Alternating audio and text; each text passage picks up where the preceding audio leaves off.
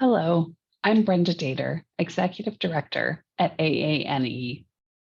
This month, we are discussing autism and well-being, which is especially important around this time of year when the demands of the holidays impact us all. Most models of wellness include at least 6 dimensions: physical, mental, emotional, spiritual, social, and environmental. General advice on how to increase one's well-being is plentiful, from getting enough sleep, to eating nutritious foods, to making time to be physically active. These guidelines can help any of us, whether we are autistic or not. But I've also learned that there are specific areas of wellness that are crucial to autistic well-being. Many autistic folks feel overwhelmed by sensory stimuli. Smells, noises, lights, movement, or touch can be too much to tolerate and require wellness strategies to lessen their impact. I've seen autistic children and adults wear hats or replace fluorescent lighting with lamps. They might also request that coworkers refrain from strong-smelling perfumes or keep windows open all year round for fresh air. Many autistic people use noise-canceling earbuds to dampen the sounds around them. That's certainly true for my autistic daughter, Rachel, who gave permission to share what strategies are necessary for her own well-being. She started using earbuds to block out sound in middle school. Many parents told me that she shouldn't be allowed to wear them because she was being antisocial. But I felt the opposite was true. The earbuds allowed her to be with other kids and families because it muted the sounds that would have overwhelmed her and sent her running from the room with her hands over her ears. I can't imagine what it feels like to not be able to ignore or block out sounds that others consider background noise. I'm so glad Rachel has options so that she doesn't have to experience so much discomfort from everyday noises around her.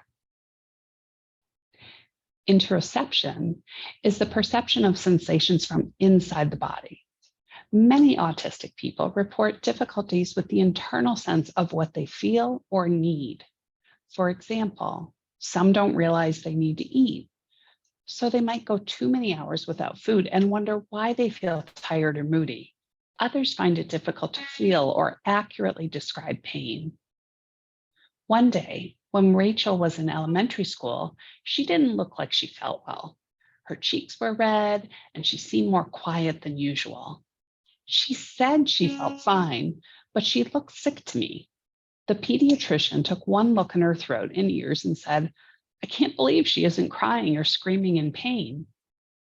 Rachel tells me that she still has difficulty describing how her body feels, but her doctors have learned how to ask more concrete questions to help her communicate what she is feeling physically. For people who have difficulty discerning the messages their body is sending to their brain, building in regular routines to eat, move, or check if they feel unwell may help. Spending time engaged in activities of interest helps relieve anxiety and stress while increasing a sense of joy.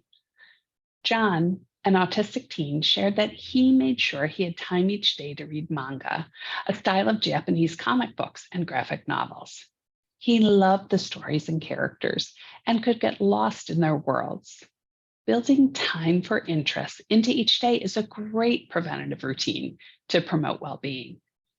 For John, knowing he had a new manga to read at lunch helped relieve the anxiety that often built up during school day. Although sometimes he found it hard to put the book away at school, his teachers were committed to helping him have time to read. They saw how much reading calmed him down and helped him get through his day. Everyone has their own wellness needs. There is not one approach that will work for all. In this season of generosity of spirit, let's extend as much compassion as we can and support each other's wellness journeys.